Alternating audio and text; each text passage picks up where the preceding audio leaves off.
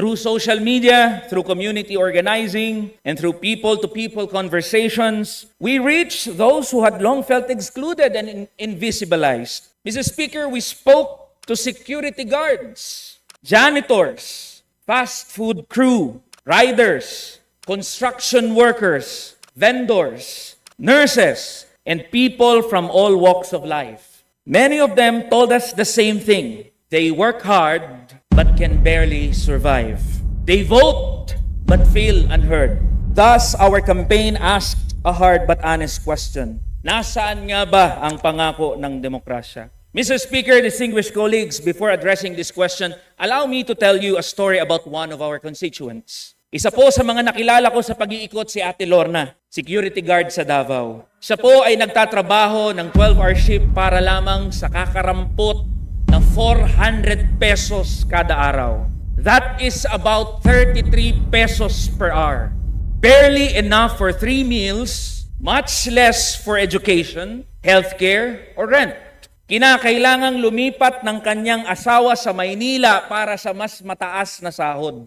Her kids have grown up barely knowing their father. Sabi niya sa amin, parang parusa ang maging mahirap sa probinsya. Kwento po ito ng milyon-milyong Pilipino, Mr. Speaker, distinguished colleagues. Now, what is democracy? The dictionary definition is a government of the people, a rule by the majority.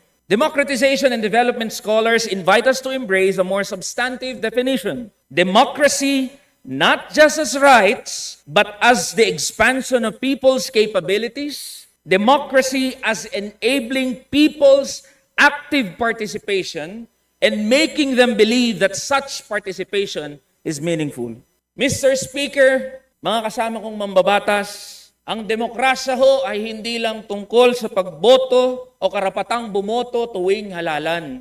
Ang demokrasya ho ay tungkol sa daily right to eat, to rest, to learn and be educated, to be treated when sick, to be with one's family, to be treated with respect in the workplace, and to live a fulfilling and dignified life. Ang tunay na demokrasya ho ay nagbibigay ng kakayahan sa mamamayan, hindi lamang ng karapatan. Democracy should enable people not just to dream, but to pursue those dreams with real opportunities and real support. Ang kailangan nito ay mamamayang malaya sa gutom at sa kahirapan.